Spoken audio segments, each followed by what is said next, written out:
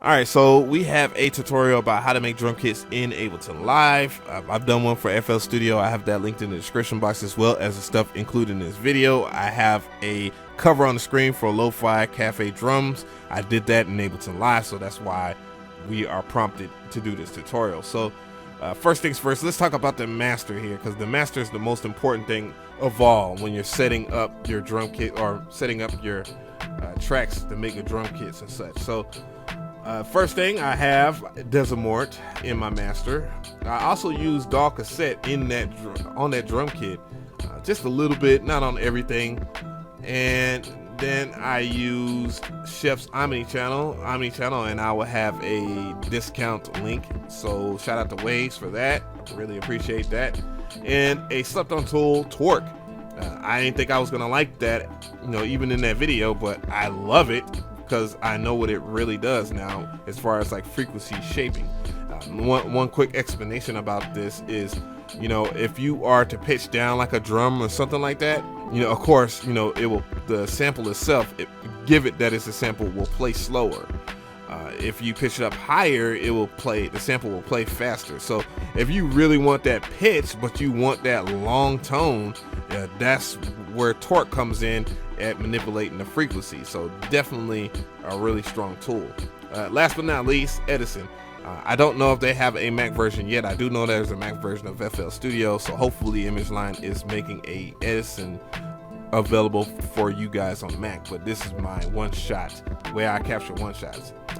I do set this up on, it will be on now by default, but you should set it on input, so that way you can record stuff immediately. So let's begin, shall we? First off, I have a snap, and it is a sample that I'm using in Hand Clapper here, and it will sound like this right now. So snap layering, if you want to get that Little John, snap your fingers or do the step. Do it all by yourself, let me see you do it. You can do that in here, so it's in repetition. So you'll see 1, 2, 3, 5. So what I'm going to do is I'm just going to go ahead and just turn on my metronome and then press record.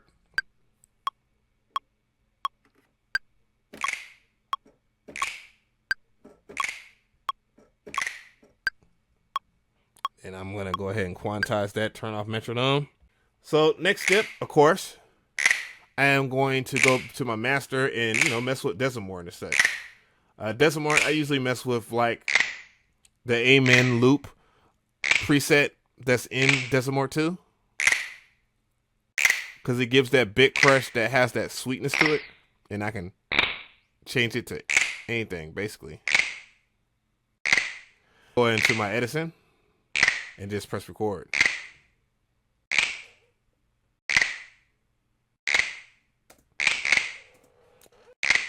Now, just basically all you do is this right here. You just adjust. I don't recommend, one thing I don't recommend is normalizing, because normalizing usually changes the peaks and such, but you can do that sparingly depending on what the sound is. But I do recommend that you change it from 32-bit of float to 16-bit. And of course, you just save it. You just save it, name it whatever. I'll just name it like Little John Snap or whatever, and then just going about my merry business there. Drum loops, of course, that was a big part of that kit. I used like this right here, Falcon, and as you can hear there's some things I had to adjust in my master. Not everything is gonna work the same for everything, so you're gonna want to adjust accordingly. So I'm gonna go into Decimort, and I am going to again adjust the frequency. I'm gonna boost the frequencies close to 44.1 kilohertz, which is normal 16-bit sound. And then we're going to go ahead and try to make a loop out of that. And I'm going to record that in as well.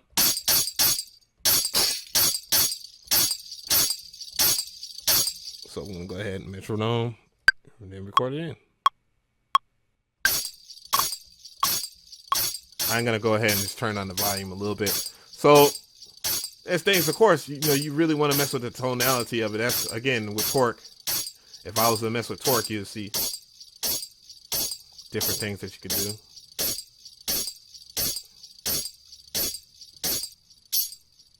See, you can hear the difference here. I turned off Decimort so you can hear what it sounds like without Decimort. You know, see now it's it has a little bit too much air in it. So I'm gonna adjust torque a little bit.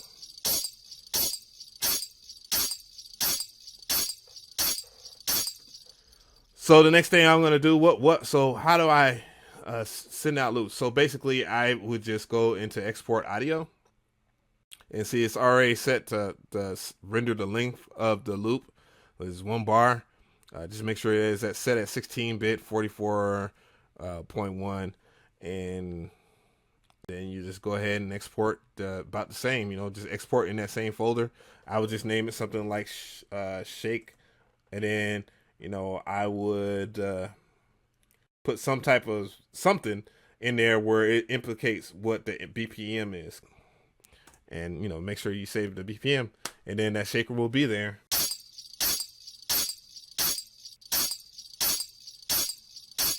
Drum layering. So I have like some one shots from that at Cafe drum pack. You know, I have a little dice sound, and then I have that sound. So yeah, it's a defining part of your drum of your production. So I'm gonna go ahead and, you know, just combine both of these. That's where the drum rack excels at. Like, you know, you're able to layer your drums and such. And so I'm gonna go ahead and make a little quick loop.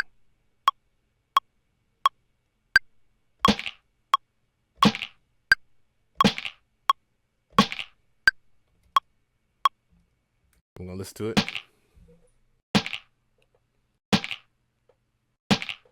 So now we have that in there. Of course, we're gonna go ahead and do a few things. Of course, we're gonna go into this master here and mess with torque, because torque, you can change the tonality of it. You see that? Same speed and everything, because those are just 2 regular samples. You know, they're 2 wave samples, so you know, changing the pitch wouldn't hurt that. Would hurt that if I was to do it that way, but using torque makes it possible to have the same type of vibe. And of course, you know, Decimort wouldn't hurt, you know, some compression. You know, just go ahead and add some bit crush in there. Bit reduction. And now we'll just go into Edison and then record it.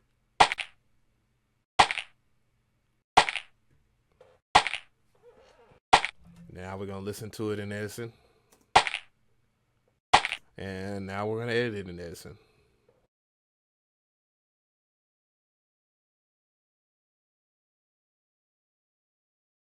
All right, so, you know, again, if you notice, I don't chop at the very start of the sample for a reason. And that is, you know, just to give a little leeway for those who might play a little forward or too fast when you're making your, you know, your drum loop or whatnot, and your samplers or whatever, however you like to play. And it gives it like a natural swing. Of course, again, 16-bit. And there you go. See, you got a nice different snare layer. And of course, you save it. So next thing, of course, I'm going to go and we're going to pull up another tool, which is Punchbox. I know everybody loves, and for me not to mention that, but for what it's worth, it's a really good tool. So now since I'm trying to make a kick here, there's things that I don't want. I don't want Decimort for bit crushing because it's a little bit too much for this, and I don't want torque because there's no need for it. It's redundant. So what I do need though is Scheps Omni channel, and I'm going to engage it, turn it on, make sure it's on, and this is where the love comes in here. So I'm gonna go ahead, go back, and of course record something in so that I have something to work with.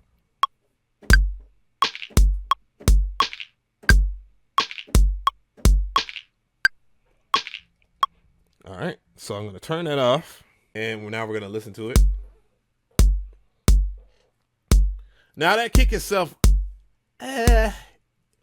not really what I like to do. Now there is things that you can do in here, but there different tonality or different ways to process it will definitely help in this part here. And another thing about Cafe, the kicks in the Cafe drums is that they're very, very clean. They're clean like the rack kick. Now that you hear that, we're gonna give it a little bit more volume. We're gonna just not, we're gonna ignore the fact that it's clipping over here. But we're gonna do this right here. Adjust.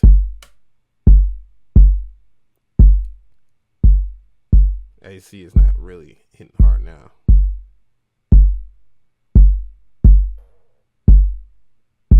Then we might look at torque.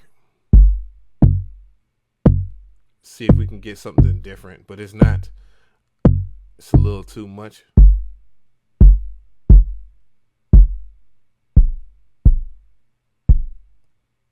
Okay, so torque is not going to really get what I want.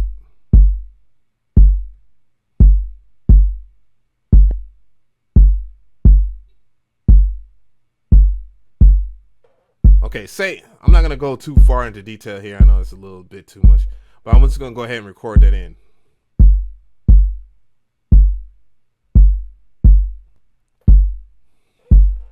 Just stop that loop real quick. And then, of course, rinse and repeat. We're gonna adjust it. We're gonna trim it up. Trim that kick up a little bit more. Get a little closer. I go a little closer than usual here.